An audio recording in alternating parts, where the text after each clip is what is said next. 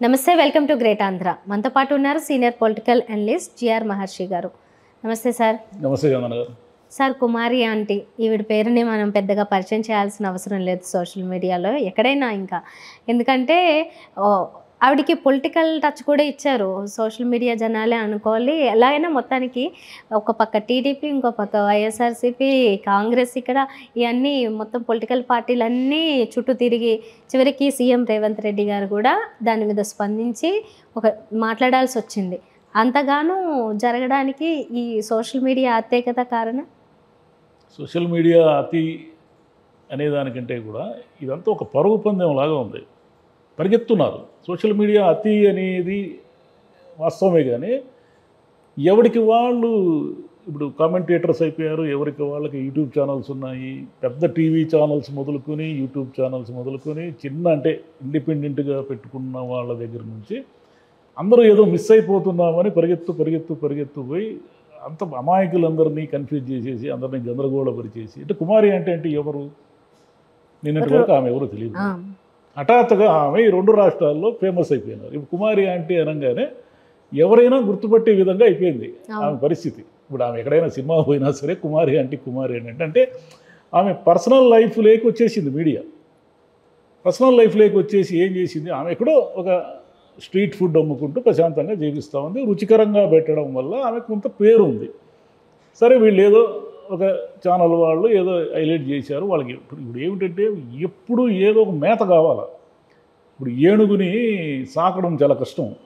ఎందుకు కష్టం అంటే దానికి రోజుకి కొన్ని టన్నుల మేత కావాలి. అలా ఏమైపోయిందంటే ఈ ఛానల్స్ ఇవన్నీ కూడా ప్రతిరోజు ఏదో ఒక వింత కావాలి, కొత్త కావాలి, దానికి వ్యూవర్షిప్ రావాలి అంటే ఏదో ఒక పిచ్చి పనులు ఏవో చేస్తూ ఉండాలి. సరే, ఆమెని ఇంటర్వ్యూ చేశారు, బాగానే ఉంది. ఆమె ఇంటర్వ్యూ చేసిన తర్వాత జనమంతా పొలోమని అక్కడ ఎక్కడో ఏదో అద్భుతం దొరుకుతూ ఉంది, అద్భుతమైన వంట దొరుకుతుందని జనమంతా పొలోమని పరిగెత్తారు. ఈ కరోనా తర్వాత మారిపోయింది సార్. అందరూ బయట తిరగడం, ట్రావెలింగ్, ఫుడ్, ఇది. అవును. సరే, వచ్చేసరికి ఏమైంది, స్ట్రీట్ కదా, స్ట్రీట్ అయ్యేసరికి ట్రాఫిక్ జామ్ అయినప్పుడు ట్రాఫిక్ పోలీసులు ఏం చేస్తారు, సహజంగానే వాళ్ళు తీసుకోవాల్సిన యాక్షన్ తీసుకుంటారు. ట్రాఫిక్ పోలీసులు చేసిన తప్పేమీ లేదు. ఎందుకంటే ఏ ట్రాఫిక్ పోలీస్ అయినా అతని డ్యూటీ ఏంటి, అక్కడ జనం రద్దీ లేకుండా ట్రాఫిక్ కంట్రోల్ కావడము. ఈ పని వాళ్ళు చేశారు. ఈ పని వాళ్ళు చేసి అమ్మ తల్లి నువ్వు పెట్టకు అని ఏదో చెప్పారు. పెట్టకు అని చెప్తే ఇది చివరికి ఎలా పోయింది, ఆమె ఏదో ఒక ఇంటర్వ్యూలో మాకేమి లేదండి, వైసీపీ వాళ్ళు జగన్ అన్న ఏదో ఇల్లు ఇచ్చాడు అంటే ఆమెకి జగన్కి సంబంధించిన సోషల్ మీడియా అంతా డబ్బులు ఇచ్చేసి ఆమెతో అలా అనిపించి బ్రాండ్ అంబాసిడర్గా ఏదో మార్చే ప్రయత్నం చేస్తున్నారు. మళ్ళీ దాని మీద ట్రోలింగ్ అయిన తర్వాత ట్రాఫిక్ పోలీసులు ఆమెది దుకాణం తీయించేస్తే ఇదంతా కాంగ్రెస్ రేవంత్ రెడ్డి టీడీపీ మనిషే కాబట్టి గతంలో ఆయన ఉద్దేశం, రేవంత్ రెడ్డికి ఏమైనా సంబంధం ఉంటుంది? అతను స్ట్రీట్లో అమ్ముకునే ఆవిడ అమ్ముకుంటూ ఉందో తీసేస్తూ ఉన్నారో. హైదరాబాద్లో కొన్ని వందల వేల విషయాలు జరుగుతూ ఉంటాయి. ఇట్లాంటివి స్ట్రీట్ ఫుడ్లు అమ్మేవాళ్ళు వేల మంది ఉంటారు. ట్రాఫిక్ అడ్డమైనప్పుడు ట్రాఫిక్ పోలీసులు వచ్చేసి వాళ్ళని కంట్రోల్ చేయడం అనేది రోజు జరిగే విషయమే. హఠాత్తుగా ఈమె కుమారి ఆంటీ విషయంలోనే ప్రభుత్వము కూడా కలగజేసుకొని ఆమె తీసే ఇచ్చారు. ఇంత చేస్తారా? ఎవరైనా చేయరు. దీంట్లో ఒక పాజిటివ్ అంశం ఏంటంటే రేవంత్ రెడ్డి గారి దృష్టికి ఇది వెళ్ళి ఒక ముఖ్యమంత్రి, మామూలుగా అయితే ప్రాక్టికల్గా ఇంపాసిబుల్, ఒక ముఖ్యమంత్రి ఇంత పెద్ద నగరంలో ఉన్న ఒక స్ట్రీట్ ఫుడ్ వెండర్ కోసము ఒక చిన్న ప్రకటన జారీ చేయడం అంటే ఆమె జోలికి పోవద్దండి, అంటే పేదవాళ్ళ కోసం మన ప్రభుత్వం ఉంది, పేదవాళ్ళని తరఫున మన ప్రభుత్వం ఉంది అంతే తప్ప వాళ్ళ దుకాణాలు తీయించేదానికో వాళ్ళు పొట్టగొట్టడానికో కాదు. ఇది మంచి ఇదే అనమాట, మంచి మెసేజ్. ఇది రేవంత్ రెడ్డి గారి ఇమేజ్ పెరిగే మెసేజ్. అంటే కుమారి ఆంటీ అనే ఒక ఇష్యూతో రేవంత్ రెడ్డి గారిని ఇప్పుడు ఎలా చూస్తారు, ఓహో ఈయన ఏదన్నా పేదలకు కష్టం వస్తే మనం వెళ్ళి చెప్పుకోవచ్చు, పేదలకు ఏదన్నా ఇబ్బంది వస్తే రేవంత్ రెడ్డి గారి దృష్టికి తీసుకెళ్తే ఆయన పరిష్కరించే దిశగా ఆలోచిస్తాడు, పరిష్కరించే దిశగా ఉత్తర్వులు ఇస్తాడు అని ఒక ఇమేజ్ వచ్చింది. ఇది కాంగ్రెస్ పార్టీకి లాభం. ఇది మధ్యలో ఈ వైసీపీ వాళ్ళు ఏదో డబ్బులు ఇచ్చి అది ఇదే అంటే ఇదంతా పనికిమాలిన విషయాలు. ఎందుకంటే ఆమె కుమారి ఆంటీ జగన్ ఇల్లు ఇచ్చినాడని చెప్పినంత మాత్రాన రేపు టపటపటపా వైసీపీకి అన్ని ఓట్లు పడిపోతాయా? లేదు, ఇవ్వలేదు, మాకు జగన్ అన్యాయం చేసినాడని చెప్పింది అనుకోండి, ఉదాహరణ టీడీపీ. అప్పుడు టీడీపీ వాళ్ళు డబ్బులు ఇచ్చి ఆమెతో మాడి చేసినట్టునా? అంటే దారిన పోయేదంతా న్యూస్ చేయడం వల్ల ఏది న్యూసో ఏది కాదో ఎవరికి అర్థం కానటువంటి ఒక విచిత్రమైన పరిస్థితి నెలకొని ఉండదు ఈరోజు. అంటే ఏని నమ్మాలో దేన్ని నమ్మకూడదో తెలియదు. సత్యమేదో అబద్ధమేదో తెలియదు. కాబట్టి ఈ మీడియా అంత అంటే పెద్ద పెద్ద మీడియా ఛానల్స్ కూడా ఇప్పుడు TV9, TV5, ABN ఇవన్నీ కూడా ఒకప్పుడు పెద్ద ఛానల్స్ అంటే ఏదైనా ఒక పెద్ద వార్తని అయితే తప్ప ఏది పడితే అది కవర్ చేసే పరిస్థితి లేదు ఒకప్పుడు. ఈ సోషల్ మీడియా దెబ్బకి ఏమైపోయిందంటే యూట్యూబ్ ఛానల్స్ ఇదంతా వీటన్నిటి వల్ల వాళ్ళు కూడా మనకు వ్యూస్ వస్తే చాలని ఏదో ఒకటి వచ్చి కవర్ చేసేస్తున్నారు, ఏదో ఒకటి వచ్చి కవరేజ్ ఇచ్చేస్తున్నారు. అంటే దారిలో పోయేటివన్నీ ఏదైనా వార్త, ఎందుకంటే మనం ఎక్కడ మిస్ అయిపోతామో ఆ పోటీ ఉంటుంది, పరుగు పందెం. అంటే ఆ స్టూడియోలో వాళ్ళకున్న ఇబ్బంది ఏమిటంటే ఇక ఏదో ఒకటి వచ్చేసరికి దానికి విపరీతమైన రెస్పాన్స్ వచ్చేసరికి అరే మనం ఎందుకు మిస్ అయినామని మనం పరిగెత్తాం అనమాట. ఇలా పరిగెత్తి ఏది వార్త మొన్న మీకు గుర్తుందో లేదో నెల్లూరి పెద్దారెడ్డి పులుసు అని ఒకటి వచ్చింది. కొద్ది రోజులు సోషల్ మీడియాలో అనేసరికి దానికి ఏదో క్యూలు కట్టారు, జనం వచ్చేసారు, అదే ఇచ్చారు, ఇదే అన్నారు. ఇప్పుడేం లేదు, మళ్ళీ కామ్గా ఉంది కదా. అది కుమారి ఆంటీ కూడా అంతే, రేపు 2-3 రోజులు అయిపోతే మళ్ళీ కామ్ అయిపోతుంది, మళ్ళీ నార్మల్ అయిపోతుంది. కాకపోతే ఒకవేళ ఆమె ముఖ్యమంత్రి కలగజేసుకున్నాడు అన్నీ క్లియర్ అయ్యాయి, కానీ ఒకవేళ ఆమె ఉపాధి దెబ్బతింటే దాని మీద బతికేవాళ్ళు 5-10 మంది ఉంటారు కదా, అంత వంట ఆమె చేయలేదు కదా.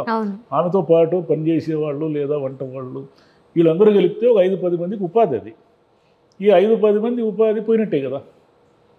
వాళ్ళు ఏమి రెస్టారెంట్లు పెట్టుకొని జీవించలేరు కదా. అదేదో అమాయకంగా చెప్పేసింది, కానీ నాకు అన్ని వేలు వస్తాయి, ఇన్ని వేలు వస్తాయి. నిజానికి అవి ఇల్లు అవన్నీ మనం యూట్యూబ్లో ఇంటర్వ్యూలు చేస్తున్నారు, అవి చూస్తే ఆ మామూలు దిగువ మధ్యతరగతి ఆవిడలాగా పేదరాళ్ళలాగానే ఉందండి. అంటే ఆమె ఒక రకంగా పొట్ట కొట్టేసి ఉండేవాళ్ళు మీడియా అది చేసి. ఇప్పుడిప్పుడే సంపాదించుకోవడం మొదలవగానే తెలియదు, అంటే ఏదో సెలబ్రిటీ అంటే వీళ్ళంతా చూస్తే తన వ్యాపారం ఏదో పెరిగేస్తుంది, తను పాపులర్ అయిపోతానని అమాయకంగా అనుకుంది. కానీ మీడియాకి ఇంకొక కోణం కూడా ఉంటుంది, ఫినిష్ చేసే కోణం అనే విషయం తెలియదు. ఇప్పటి నుంచి ఆవిడ తీసుకోవాల్సిన జాగ్రత్త ఏంటంటారు? అసలు అలాంటి వాళ్ళు ఎవరైనా ఏమి జాగ్రత్త లేదు. ఇప్పుడు వీళ్ళు చేస్తూ ఉంటారు, వాళ్ళతో సంబంధం లేకుండా వీళ్ళు వచ్చి కెమెరా పెట్టి తీసేసి ఇక్కడ ఫుడ్ బాగుంది, ఇక్కడ వడలు బాగున్నాయి, ఇక్కడ దోశలు బాగున్నాయి, మీకు అన్ని హోటళ్ళకి ప్రచారం జరుగుతూ ఉంది. మీకు తిరుపతి అనుకోండి ఉదాహరణకి, తిరుపతిలో మంచి ఫుడ్ దొరికి అన్నిటి మీద మీకు యూట్యూబ్ వీడియోలు ఉంటాయి.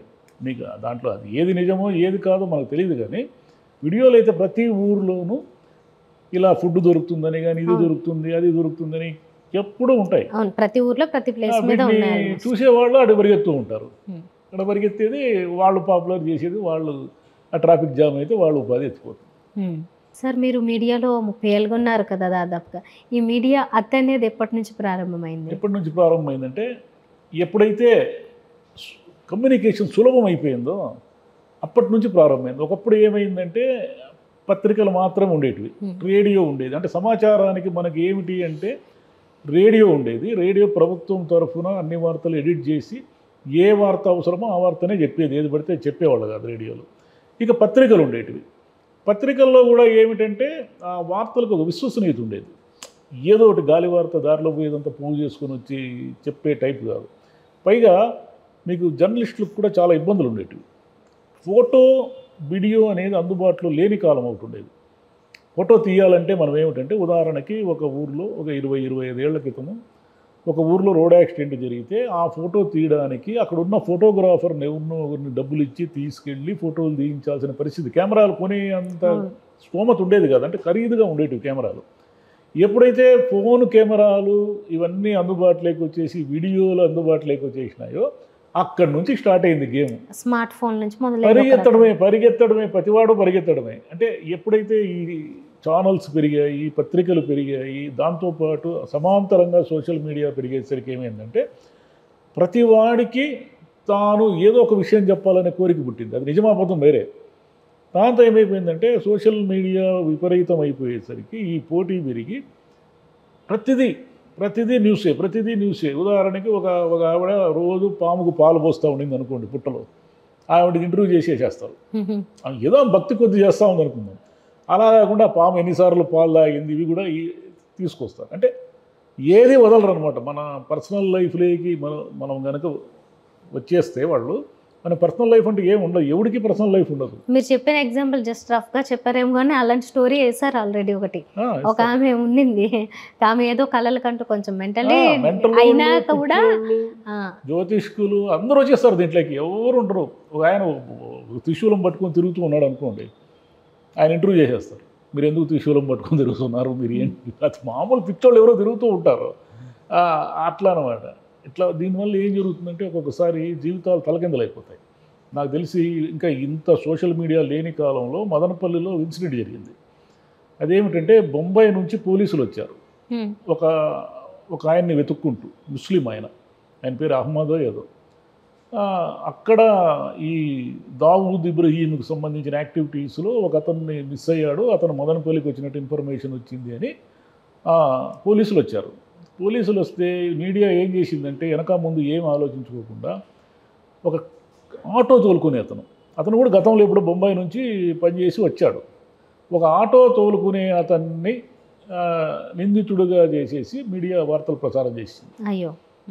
సరే, పోలీసులు అతను ఇంటరాగేట్ చేసిన తర్వాత వాళ్ళకి అర్థమైంది ఇతనికి సంబంధం లేదు, ఇతను ఎవరు అమాయకుడు అని.